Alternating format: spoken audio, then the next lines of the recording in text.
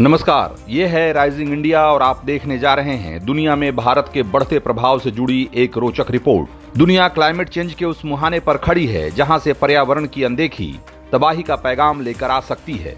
धरती के बढ़ते तापमान को रोकने के लिए जिस एजेंडे की जरूरत है, आज का हिंदुस्तान उस एजेंडे का झंडा बरदार है। प्रधानमंत्री मोदी की अगुवाई में ग्रीन एनर्जी के मोर्चे पर भारत ने जो कामयाबी हासिल की है, पूरी दुनिया उसका लोहा मानती है। लेकिन उससे भी बढ़कर भारत ग्लोबल वार्मिंग के खिलाफ दुनिया को एकजुट करने में आज सबसे आगे है। और इसी कड़ी में G20 समिट के दौरान भारत ने एक और बड़ी पहल की है जिसकी दुनिया भर में तारीफ हो रही है।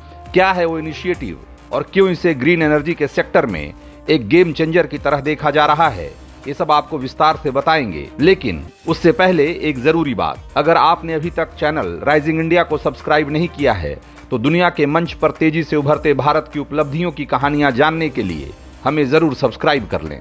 ये तस्वीरें ग्लोबल वार्मिंग के खिलाफ दुनिया की एक नई प्रतिबद्धता की बानगी है और इसकी अगुवाई कर रहा है भारत। G20 समिट के मौके पर प्रधानमंत्री मोदी ने क्लाइमेट चेंज के खिलाफ एक बड़ी पहल की जिसे नाम दिया गया ग्लोबल बायोफ्यूल अलायंस।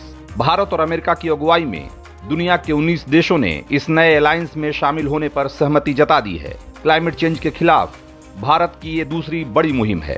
इससे पहले भारत ने फ्रांस के साथ मिलकर सोलर अलायंस बनाया था जिसका मकसद था क्लीन एनर्जी के तौर पर दुनिया भर में सोलर पावर को बढ़ावा देना।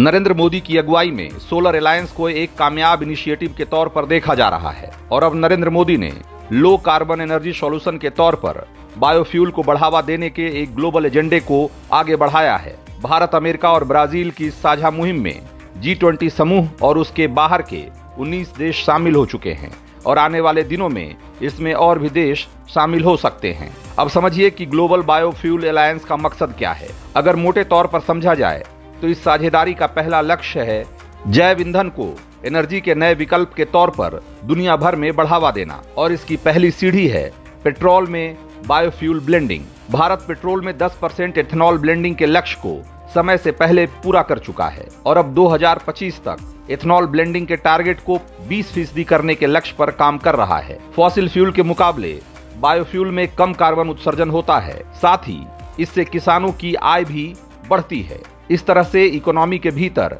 ये समृद्धि के चक्र को आगे बढ़ाता है। ग्लोबल बायोफ्यूल अलायंस का मकसद जैव ईंधन के नए विकल्पों के लिए रिसर्च करना, फ्यूल ब्लेंडिंग के लिए ग्लोबल स्टैंडर्ड स्थापित करना और उद्योगों में बायोफ्यूल के इस्तेमाल को बढ़ावा देना है। हालांकि अलायंस के प्रस्ताव पर सभी G20 के देश आपस में सहमत नहीं हो सके। अपनी अड़ंगा लगाने वाली आदत से मजबूर चीन यहां भी बाज नहीं आया। सऊदी अरब और रूस ने भी इस अलायंस में शामिल नहीं होने का फैसला किया है। इन विरोधों के बावजूद भारत जैव ईंधन व्यापार को आगे बढ़ाने और टेक्नोलॉजी हस्तांतरण को बढ़ावा देने के लिए सामने आया है। अंतर्राष्ट्रीय ऊर्जा एजेंसी IEA के मुताबिक 2025 तक कार्बन न्यूट्रल दुनिया का लक्ष्य हासिल करने में बायोफ्यूल की बड़ी भूमिका हो सकती है। ऐसे में ग्लोबल बायोफ्यूल अलायंस ने बायोफ्यूल के उत्पादन को 2030 तक 3 गुना करने का लक्ष्य रखा है। ब्राजील एथेनॉल टेक्नोलॉजी में अव्वल है और उसके अनुभवों से दुनिया के उन देशों को फायदा हो सकता है जो अपनी ऊर्जा की जरूरतों के लिए पूरी तरह से फॉसिल फ्यूल पर निर्भर हैं। भारत ने भी खुद के सामने 2070 तक कार्बन न्यूट्रल इकोनॉमी बनने का महत्वाकांक्षी लक्ष्य रखा है और मोदी सरकार की अगुवाई में इस दिशा में तेजी से काम भी हो रहा है। सोलर, विंड और हाइडल जैसी ऊर्जा के रिन्यूएबल विकल्पों को अपनाने में हम दुनिया में किसी से पीछे नहीं हैं।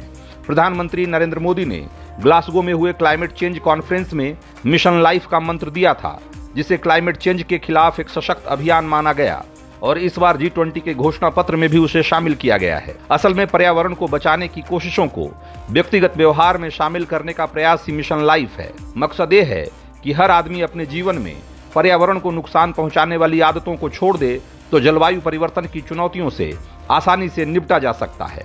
इस बार दिल्ली में हुई G20 के समिट में ग्लोबल बायोफ्यूल अलायंस के रूप में मोदी ने क्लीन और ग्रीन एनर्जी का विकल्प तलाश रही दुनिया को एक और रास्ता दिखाया है। दोस्तों, बदलते भारत की बुलंदियों से जुड़ी ये रिपोर्ट आपको अगर पसंद आई हो तो इसे जरूर लाइक और शेयर करें और ऐसी ही उत्साहवर्धक खबरों के लिए देखते रहिए राइजिंग इंडिया रिपोर्ट।